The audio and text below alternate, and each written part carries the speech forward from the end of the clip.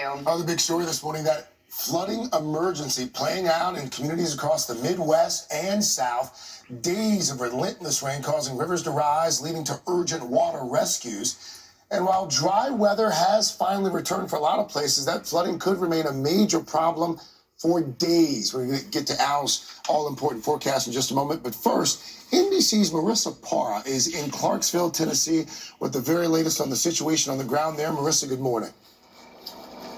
Greg, good morning. If you can believe it, this is a neighborhood behind me. There's a reason this yellow tape is preventing us from getting any closer here, because if you were to look over there, those are mailboxes. That shows you just how high this water level still is. And even though we're not expecting rain right here where we are, because of how river flooding works, the threat in the region, not over yet.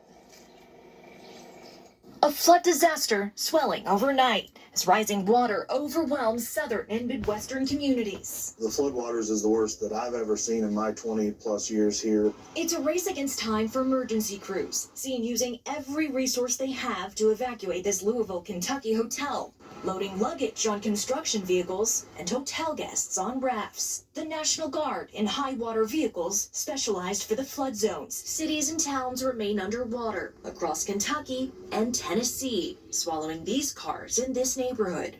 Homeowners here, after their second flood in 2 months, fed up and fearful. You fear rain now. You see thunderstorms, the wind pick up. You just worry about this coming again. So you can't live. It's hard to live. Now the region's relentless rain has ended, but not the threat it leaves behind. Remember, this event is not over until the waters have receded, until the areas that have flooded are fully dry.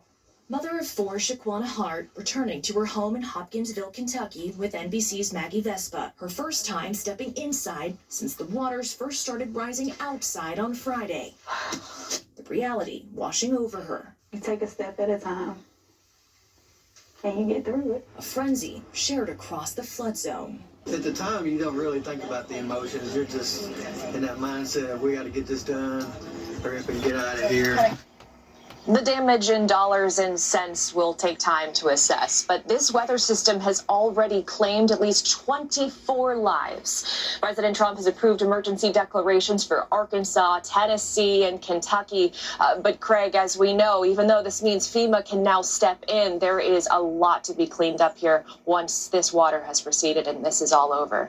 I mean, it's just remarkable to see how high that water is behind you. We just saw that car that was nearly completely submerged there in Clarksville. Marissa, thank you. All right, let's bring in Al, who's been monitoring this and the river flooding.